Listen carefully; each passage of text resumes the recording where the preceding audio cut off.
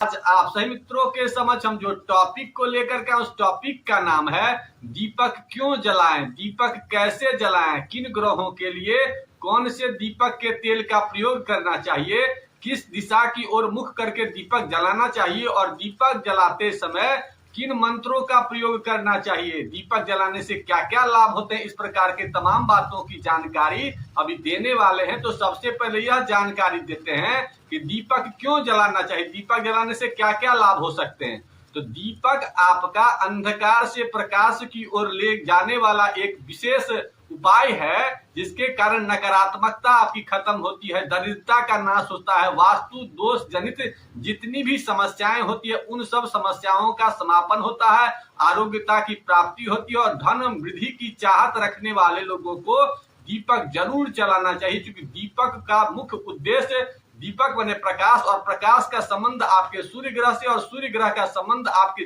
पेट की अग्नि जठर अग्नि से है और अग्नि को प्रज्वलित करने के लिए ही दीपक जला जाता और अग्नि का स्वभाव होता ऊपर उठना, प्रकाश दिखाना, ये मुख्य स्वभाव है, इसलिए दीपक जरूर जलाना चाहिए। अब यह चर्चा करते हैं कि दीपक कब जलाना चाहिए, दीपक जलाने का टाइमिंग क्या होना चाहिए। तो दीपक जनरली सुबह और शाम लोग जलाते हैं, जब भी दो चीज का मिलन होता है उस समय में विशेष रूप से जलाना चाहिए। जब से संध्या काल में जला सकते हैं या मॉर्निंग में जला सकते हैं, वैसे तो नित्यम त्रिसंध्या करने का है, दोपहर में भी कर सकते हैं, लेकिन आज के माहौल में कम से कम एक टाइम तो जरूर ही जलाना चाहिए। और घर अगर आप रहते हैं घर में है तो 2 टाइम जलाइए और अगर आप विशेषतः धर्म से जुड़े हुए हैं तो 3 टाइम भी जलाने का प्रयास कर सकते हैं। जब भी दो चीज का मिलन होता है, जैसे सुबेरे से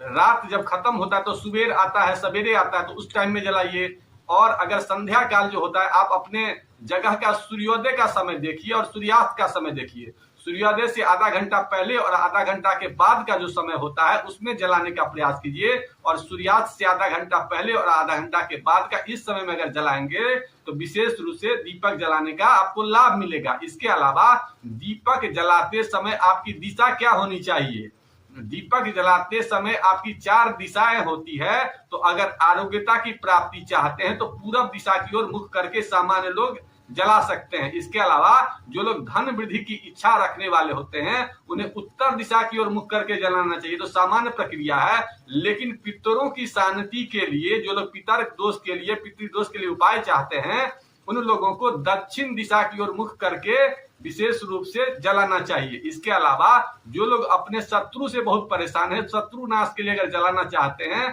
तो ऐसे लोगों को पश्चिम मुख करके अपने दीपक का प्रयोग करना चाहिए। इसके अलावा वैसे लोग जिनकी जन्म कुंडली में सूर्य खराब है तो सूर्य को मजबूत करना चाहते हैं दीपक के माध्यम से, तो ऐसे लोगों को सूरजमुखी के तेल का प्रयोग करना चाहिए दीपक जलाने में। इसके अलावा जिन लोगों का चंद्रमा खराब होता है तो ऐसे लोगों को तिल का प्रयोग करना चाहिए, तिल के तेल का प्रयोग करेंगे तो क्योंकि तिल में बहुत ज्यादा कैल्शियम होता है और चंद्रमा जब खराब होता है तो कैल्शियम डाउन कर देता है, इसलिए तिल के तेल का प्रयोग करना चाहिए। जिन लोगों का मंगल खराब हो तो ऐसे लोगों को चमेली के तेल का प्रयोग करना चाहिए, चमेली के तेल का प्रयोग करने से मंगल ग्रह अच्छे होते हैं। और जिन लोगों का बुध खराब होता है उन्हें नीम के तेल का प्रयोग करना चाहिए, क्योंकि बुध जो है ना विशेषतः स्किन इन्फेक्शन को खराब करता है और नीम में स्किन इन्फेक्शन को खत्म करने की शक्ति होती है। गुरु अगर खराब हो तो गुरु का विशेष वस्तु घी होता है तो उन्हें घी का दिया जलाना चाहिए और ऐसा करने से उन्हें आरोग्यता की प्राप्ति होती है, धन संपन्नता मिलता है।